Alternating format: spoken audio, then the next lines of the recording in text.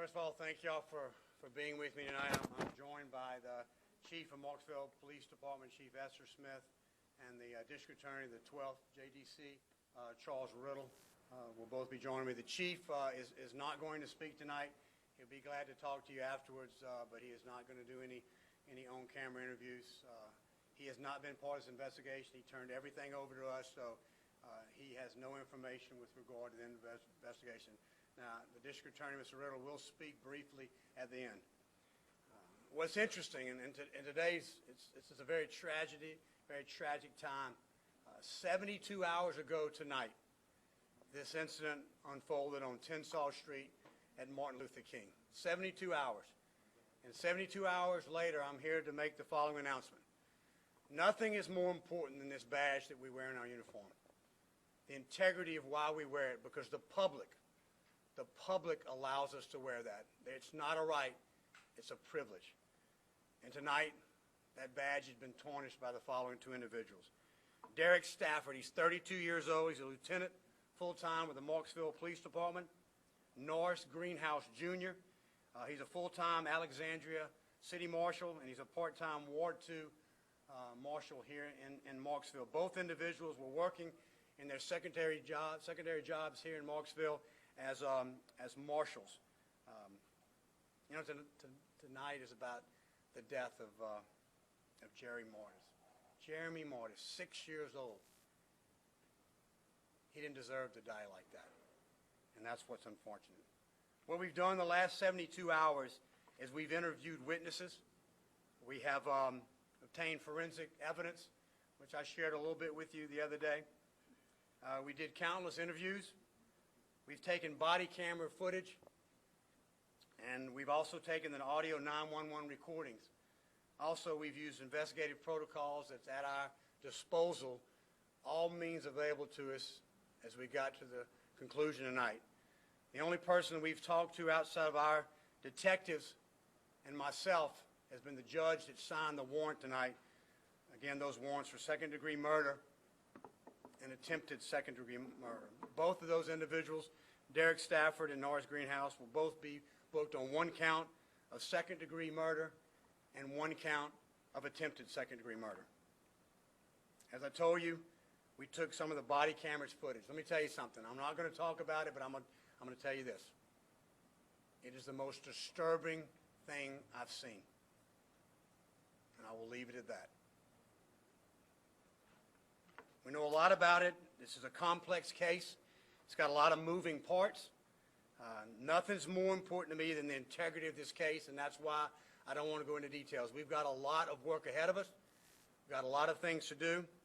It's important to me we continue in a very methodical and a detail-oriented investigation, because the integrity of this case is something extremely important. I'm going to ask that anyone with information outside of what we've talked about, anyone with information on these two officers or the events that happened that night, I would ask that you contact the Louisiana State Police and get us that information. Nothing's more important to me as the head of the Louisiana State Police and Superintendent. When this chief gave this case to us and asked us, and he removed himself from it, I promised him that we would move diligently, we would move methodically, and we would move professionally. The integrity of this case is extremely important. We're not going to do any more press conferences after this unless new information comes forward to us, because it's important to the men and women of the Louisiana State Police that handle this investigation, who did an outstanding job.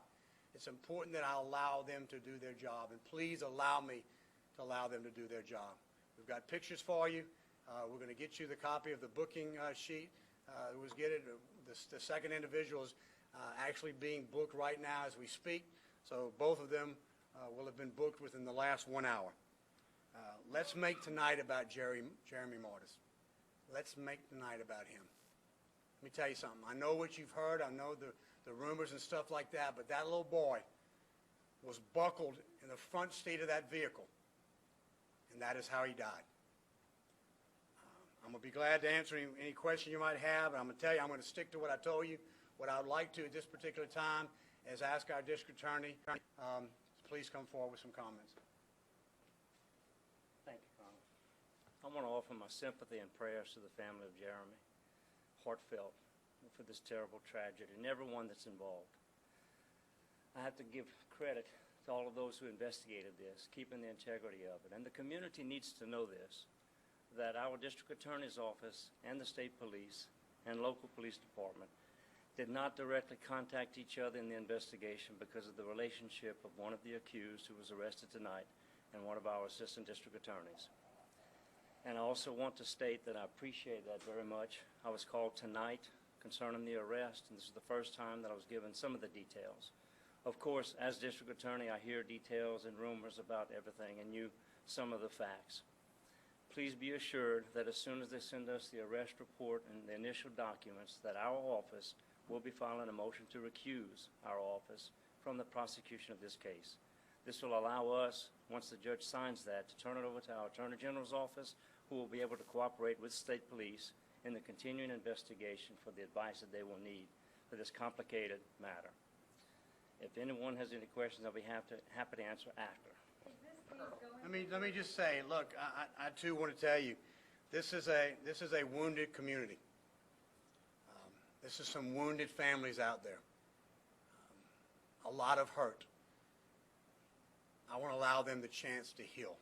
This is a good community. This is a vibrant community with a lot of really good people. We've had nothing but success in working this so far and talking to individuals, and I want to leave this with the chance that the Marksville Police Department, the City Marshal's office will need opportunity to heal from this. Please come together as a community. I urge you to come together as a community to allow them to heal. Justice has been done tonight, but the investigation is far, far from over. Colonel, how crucial was that video, that body camera video, for making the arrest? I assure the judge that I will not get into any specifics, but I can tell you as a father, it was one of the most disturbing things I witnessed. I cannot go into details. I cannot tell you bits and pieces about it, although I would love to share some of that with you. I simply cannot and won't do that tonight. But as a father, much less the head of Louisiana State Police, extremely disturbing, and it is partly why we're here tonight with these charges. Colonel, has it been determined why they were pursuing him to begin with? All those things have certainly come into play with where we are tonight. We have forensics that will tell us the exact number of guns that were fired that night. We'll have forensics that will tell us the exact number of bullets. Tonight didn't matter if it was 10 or 18 bullets. It didn't matter if it was 7 or 8. It did not matter that got us to where we are here tonight. We expect to have those reports probably by the middle of next week, probably by next Thursday. We'll have an exact number of which guns were fired and how many, and the number of shell casings that we're able to get from the scene. All those forensics. They're going to start coming together, but it's going to take a little while. Like I said, it's a very, very complex case when you're dealing with charges like this, and especially involving a police officer. We've got to go forward very methodically, like I said, and we've got to deal in fact. You heard earlier, there's a lot of rumors, a lot of innuendos, a lot of people saying things, but here's the bottom line. I have to be able to take facts and prove them based on my interviews and based on my forensic evidence, what we do know. Have the officers been fired from? That's something that'll come from the chief. He's going to make those comments. I understand that they were placed on administrative leave shortly after our last press conference, but I'll certainly let him address that after the press conference. He's not going to talk on camera here, but he will talk to y'all individually afterwards if you'd like to do that. Have you been able to determine why shots were fired? We have what we think, and that was part of what we brought to the judge tonight, and why he signed the 2 charges of attempted second-degree murder and second-degree murder. That's what we used, and as we went through the different parts of the case, that was part of the stuff that we used. But we don't want to go into those specifics right now. I really want to be careful. This is a tough case. It's very complex, and I've really got to certainly respect the integrity of the case and respect what my officers have done so far over the last 72 hours. They've gotten little sleep. I told you that in the last press conference that we were going to work diligently, but we were going to work in a manner that dealt strictly in facts. Colonel, prior to the arrest, had the 2 officers now accused and arrested come forward voluntarily to speak with your investigators? We have spoken to witnesses today, to at least 2 people, but I really want to be careful, David, to determine exactly who those people are, because I think that's going to be important. That was all explained to the judge, and he was very adamant about how important it is that we maintain the integrity of how we got to this point right now. Talking about witnesses? I'm talking about the people who have come forward that we've interviewed. Oh, no, I'm talking about the 2 officers who were arrested. Prior to them being arrested, They they come forward by... I will tell you that they were with counsel tonight. They both had their attorneys with them. And I can only tell you that we have conducted interviews today, and those were part of why we got here tonight. Will this case be going to the grand jury?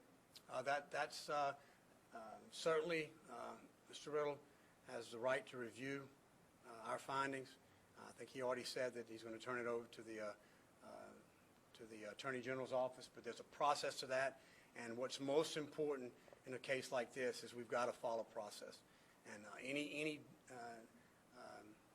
deviance from that process could hamper the case. So we want to make sure we follow the protocols on that.